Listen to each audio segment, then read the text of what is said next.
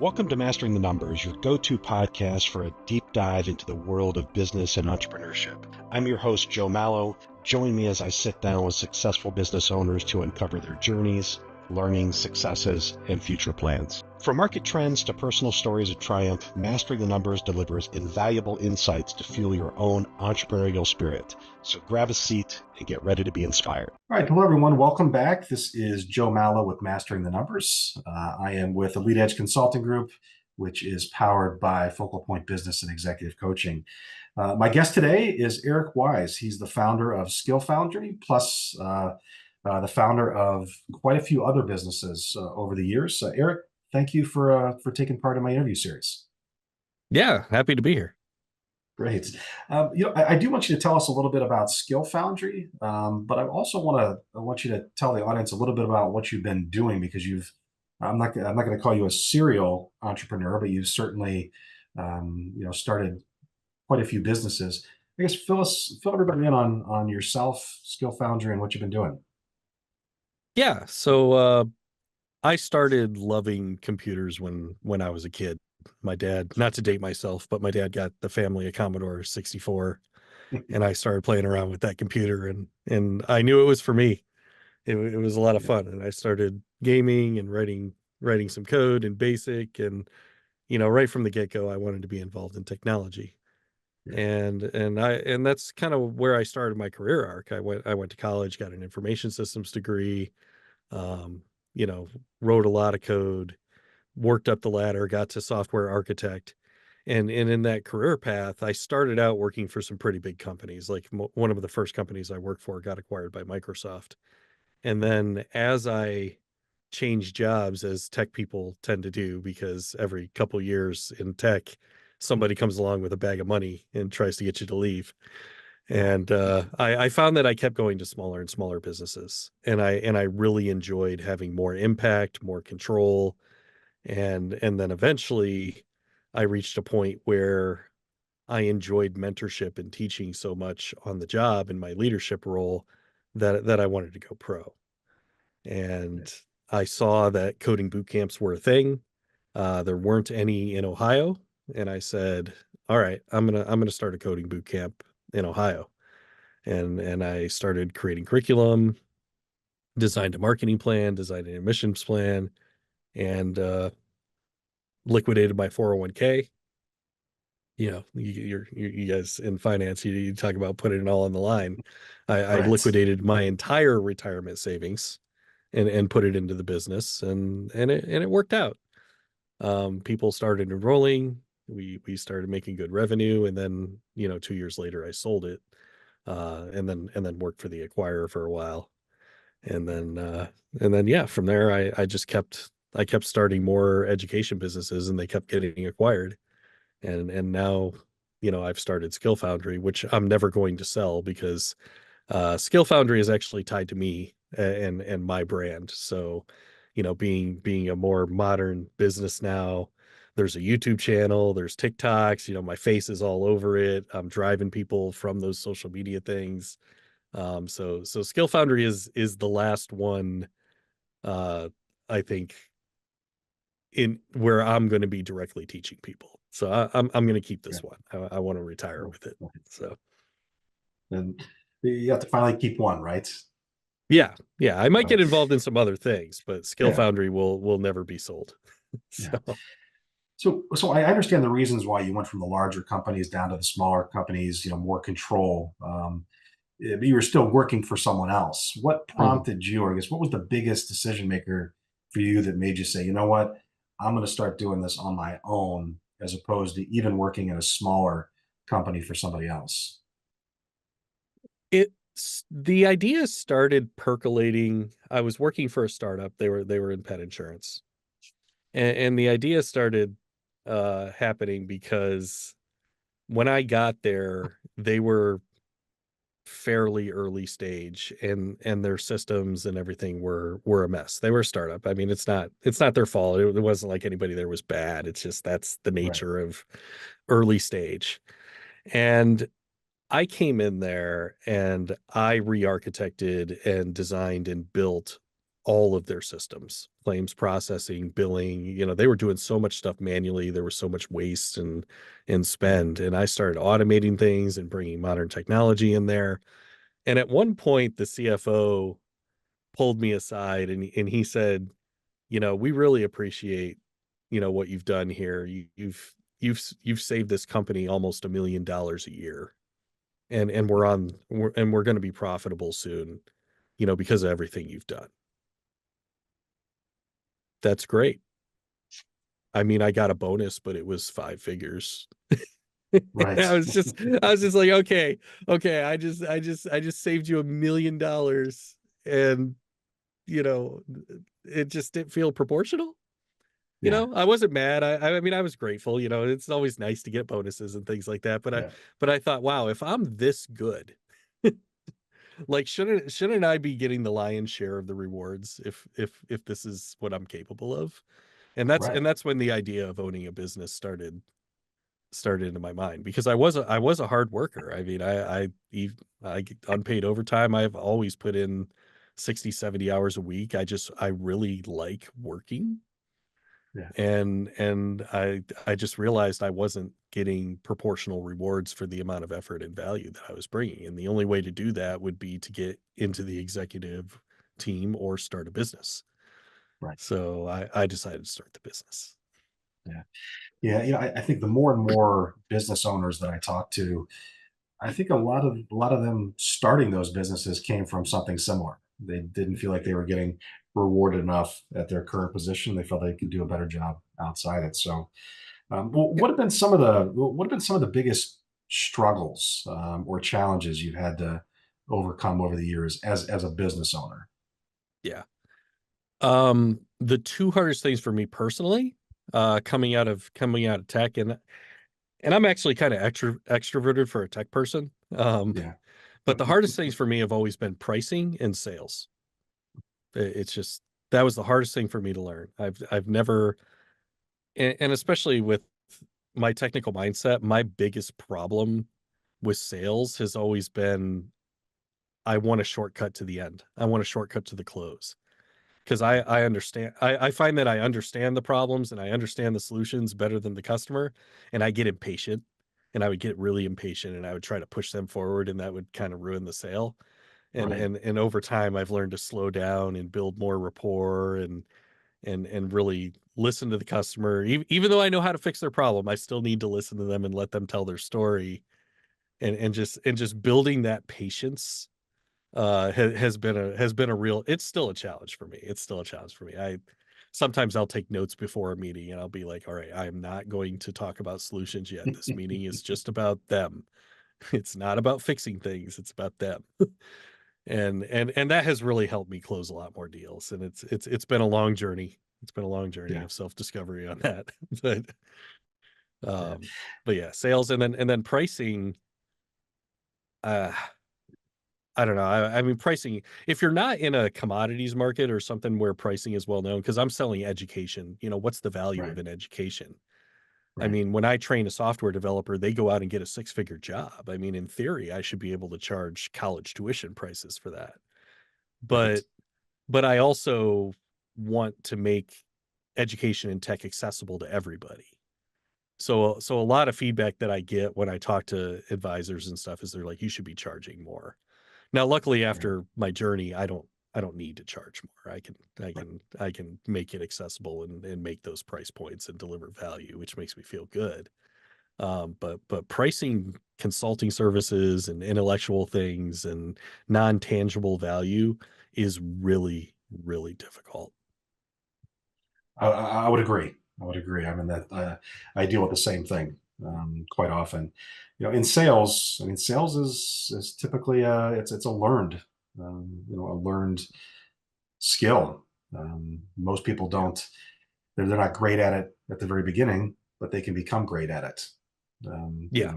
With the proper training and work. So Well, it's so also it's definitely. also getting over the fear of no. That was another thing about sales. Like, the magic of sales, and I think this is where probably a lot of business owners go wrong when they're selling, non-product services, is you no's are celebrated. Like you need to go, you should set a goal to have 100 people tell you no a week.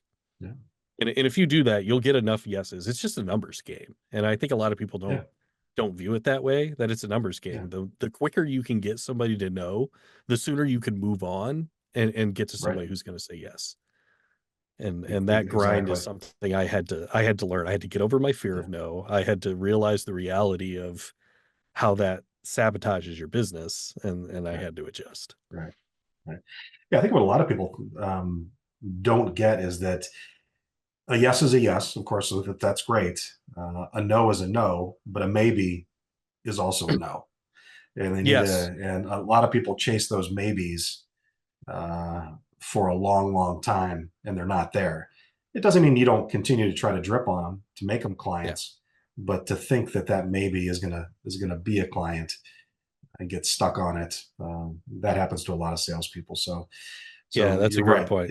I would rather, at the end of the day, you either want a yes or a no, and that's it. And it's okay. Either way is fine. So you Yeah. just keep And pushing and forward. and also in the pricing discussion, you're not really negotiating until you get to the first no. Right. Because Exactly. if you're negotiating with somebody who's going to say yes to you and they haven't said no one time, you haven't charged enough. like Right. you got to find the boundaries, or you're leaving money on the table. Exactly. Exactly. It's definitely a skill set. Pricing is a huge skill set. So let me ask you this: with all the businesses that you've started and where you're at now, what are some of the common misconceptions that you hear out there about people that own their own businesses? Um, Probably one of the common ones is that anybody who owns a business is wealthy.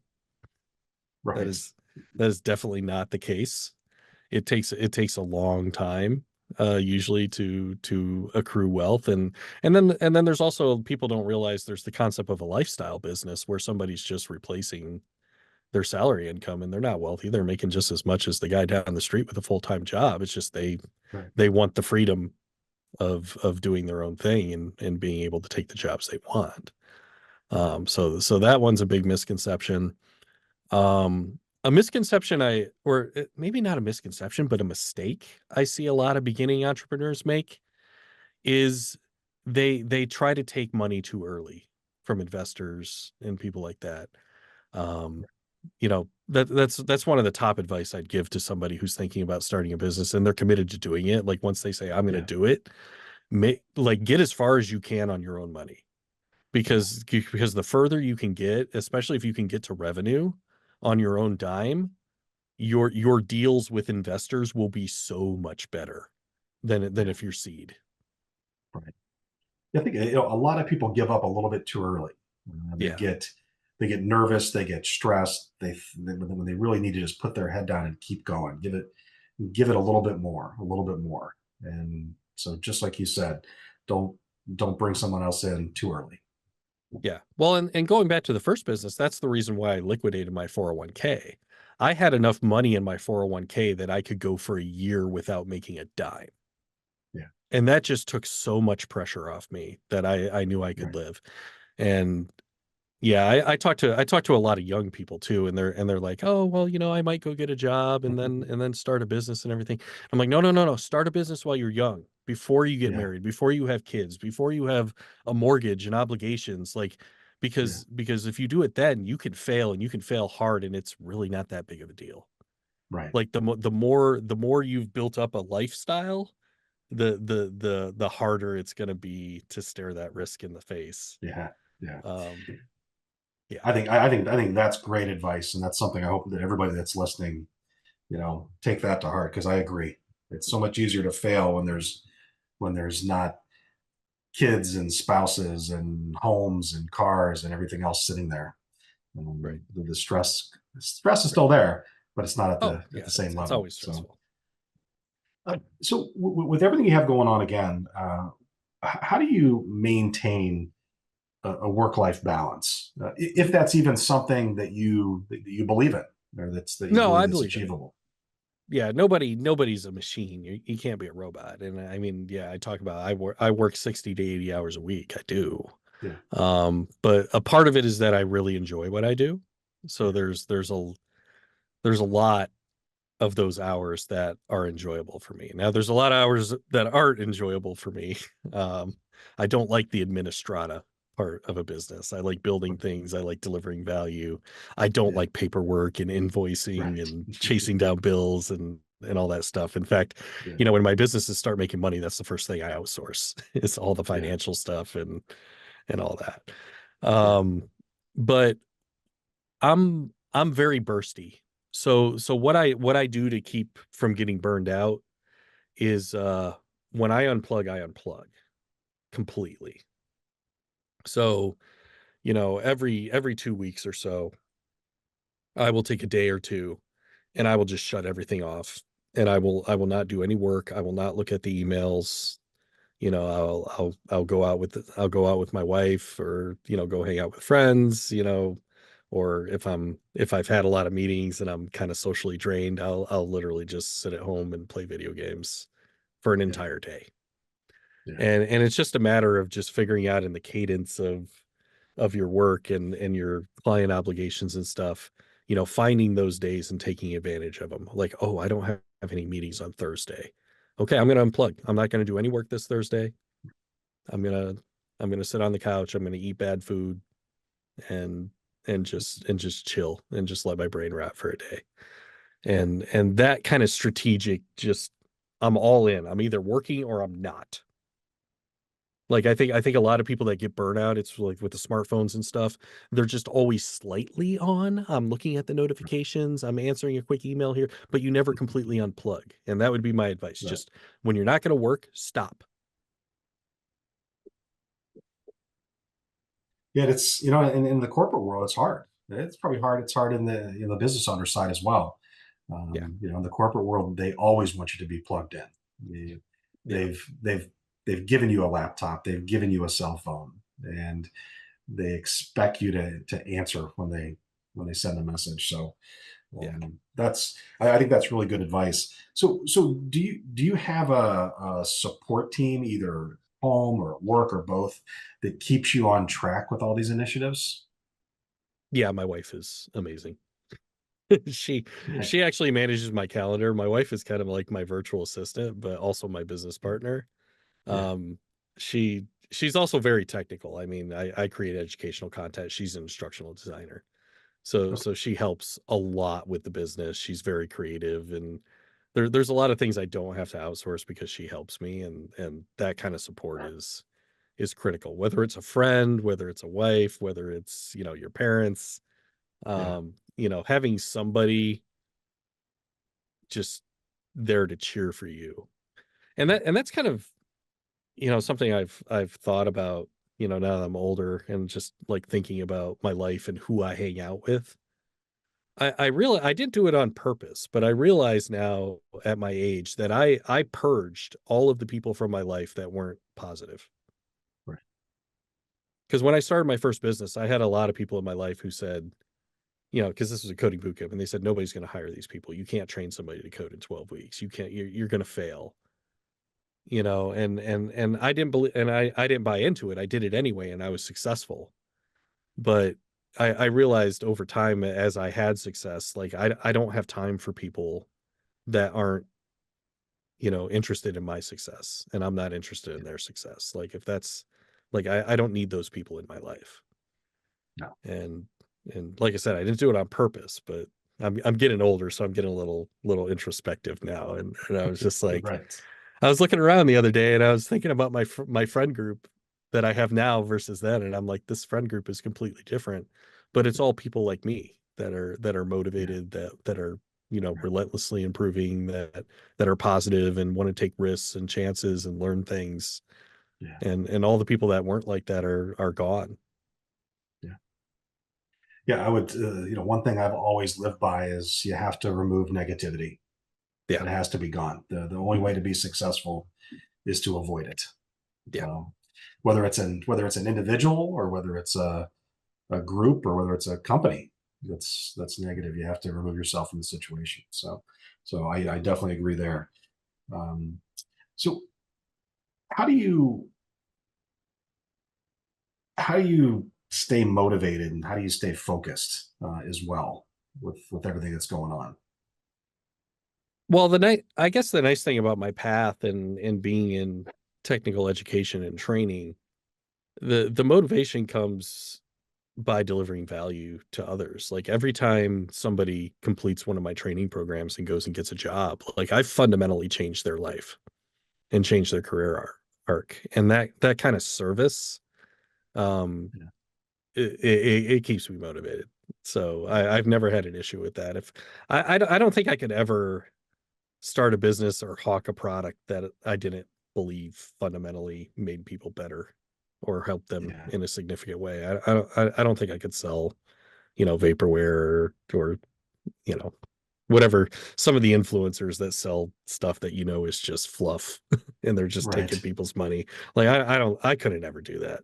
Like I would be so demotivated. Yeah. So Yeah, I think that's great because a lot of people do. A lot of people yeah, sell things that they don't believe in, and it's just a job. It's not a career. They're truly not helping people. So yeah. I think that's admirable that you look at it that way. If I'm Well, and helping it, people, it yeah, and it if you like happens a lot in the something, education space. I mean, yeah, look at how many of the coding boot camps got in trouble with the regulators and how many, ITT Tech is gone, yeah, shut down by the regulators. There's universities, for-profit schools. I mean, there's a lot of predatory behavior in education. yeah, And it's always been upsetting to me because you're taking somebody, they want to get education because they're not where they want to be, and then you just set them farther behind because you're right, selling snake oil, and it's yeah, frustrating, and it even spills over into my business because then people are distrustful of me, and I have to spend all this right, time building rapport and building trust because people have been burned so many times by these bad actors. yeah. And yeah.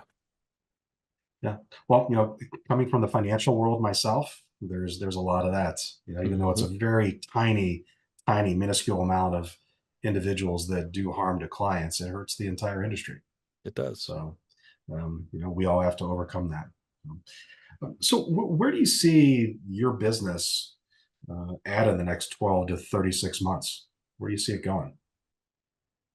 Well, we just launched kind of version 1.0 of the well, if you're not technical, C# is a programming language built by Microsoft, but we've released version 1 of the Zero to Hero. It's about 700 hours of real hard, rigorous training Yeah, to learn to code in C#. Um, Over the next 18 to 36 months, we're going to continue building our social presence, building that trust, building that rapport, and adding even more content. Eventually, I want Skill Foundry to be a place where, whatever language you want to learn and whatever you want to do, data analytics, whatever, it's a place where you can come and get that help and get that mentorship at a fair price. That's low risk. I mean, we charge $125 a month for a subscription, yeah, and that gives you access to all the courseware. And going through it full time, you're gonna spend six to 12 months typically to get through yeah, all of this content. But when you're done, you're going to be able to write professional grade code, and you're going to be able to go start looking for those jobs. And in comparison, the boot camps charge $10,000, $15,000. yeah. Colleges charge what they charge for tuition. It's very high. Right. And I just want to be that place where people can experiment with technology. It's low risk, month to month subscription. They're not Yeah, committing to anything. And I just want to be that space because most of the people who come into my program, they either did not like school or they got the wrong degree. And now they're like, I want to right. switch, but I can't spend another 20, 30, 50,000 Yeah, on another degree. And right. those are the people that I'm trying to help. Yeah, that's great. Are there any challenges you see standing in your way from being able to do that? Um, not Not really. I mean, I suppose if Yeah, they do crack the code and artificial general intelligence does become a thing, that would put a crimp in people wanting to learn to code. But I tell people I don't really worry about that because if you yeah, could actually replace software developers, you could also replace accountants and finance professionals and marketers right. and Right. the whole of society is going to change, and I can't control that or worry about it. Right. But no, I've been in the education space for so long. I know how to create quality programs, and I know how to market them. I know how to sell them. It's just a matter of grinding it out. Yeah, for sure.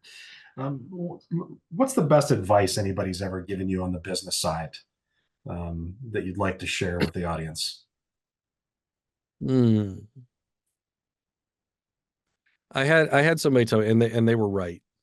They said when you're creating a budget for your new business, budget everything out that you can think of, and then triple it. And if you're not comfortable with that number, don't start the business, because you're always going to Right. forget things. Things are always going to get behind. You're going to hire a contractor who's going to do a crap job. I mean, there's just always things. Yeah. So come up with your budget, triple it, look at that number. If you're not comfortable with it, then save some more money Yeah. and then start your business. That's a good point. It always takes more than you think. Yeah, Always. always. Um, so, final question: what advice would you give to either someone who's thinking about starting a business but they just can't, get over the fence, or somebody who is 1 or 2 years into owning a business but they're struggling a little bit? Well, I mean, you gotta do whatever you can to get data. That's that's the big thing. You know, if you're worried about starting a business, usually that fear is, am I going to be successful because people aren't going to buy? You know, you're worried about the buyers, you're worried about the revenue. You know, what can you do to get some data and prove it? Can you do some small samples? Can you take on just one or two side clients? Can you know, what can you do? And if you're struggling as a business that's existing, the data should be telling you why. You know, Right. is it people aren't buying? Did something shift in the market? Do you have a competitor? You know, you just have to dig through the data until you get to the root cause. I find a lot of people that fail early on in businesses, it's because they're not data driven, they're aspiration driven. Yeah. And they believe so much in their product, and it's like a Disney princess. If I just sing the right song, the customers are going to come in the door, and that's just not Right. how the world works. You have to be able to provide value and sell the value, Right. and data will tell you that. Like, if, Yeah. like, for example, I know a guy, he wanted to start a food truck business, and he was afraid. And this was a guy new out of college. He just said, I love cooking, I want to start a food truck business. And he was afraid. And I said, well, can before you invest in all this food truck and stuff, can you go get some people to pay you to cater an event Yeah. and try out your dishes and get feedback from people? You know, because then you'll know that people like your food. Like, he had no idea if he's like, well, my friends like my food, but I don't know if, you know, they're just being nice to me. And I'm like, well, go do some side catering jobs. Go gather some Yeah. data. You know, go to a farmer's market and, you know, set up a little stand and try to sell some things and just get people's feedback. Even if you go there and give it away, just the feedback, the Yeah. data is what's important. You know, what Yeah. would you pay for this sandwich? Do you like it? You know? And he ended up doing that, and it went well. And he actually found a couple of his recipes were really good, and a couple of them he was like, yeah, I should have sell this. And Yeah. once he had the data, then he had the confidence to go out and Yeah. start his business, and it was great, you know? So That's yeah, get to data. that's good Like, advice. don't listen to your heart. Your heart gives you the motivation to get started, but then your Right. brain needs to take over. Right. Absolutely. Eric, listen, I really appreciate the time you spent with me today. And if anybody wants to get in touch with you, for the Skill Foundry, how can they reach out to you? Yeah, I mean, if you want to learn to code, skillfoundry.io. If you just Okay. want to get in touch with me, LinkedIn, you know, look me up on LinkedIn. It has my profile has a Skill Foundry banner on it, so you'll know it's me. I accept all requests. I mean, I mean, I'm a teacher. I like talking to people. I like interacting with Right. people. So, you know, if you send me a request, I'll accept it, and you can chat with me. And Yeah. I chat with people, you know, when I get time. I don't Right. with everything I have going on, I don't guarantee I'll answer right away, but I get back Yeah. to everybody who messages me. Yeah. Well, great. Well, once again, I really appreciate you being on today. And for everybody out there listening, I appreciate it as well. Take care, and we'll see you on the next episode of Mastering the Numbers. You've just experienced another insightful episode of Mastering the Numbers. We hope you enjoyed the journey and gained valuable insights to fuel your financial success. Don't forget to subscribe to Mastering the Numbers on your favorite podcast platform to never miss an episode, and be sure to leave us a review to let us know how we're doing. Until next time, keep pushing forward and let your entrepreneurial spirit soar. Thank you for listening.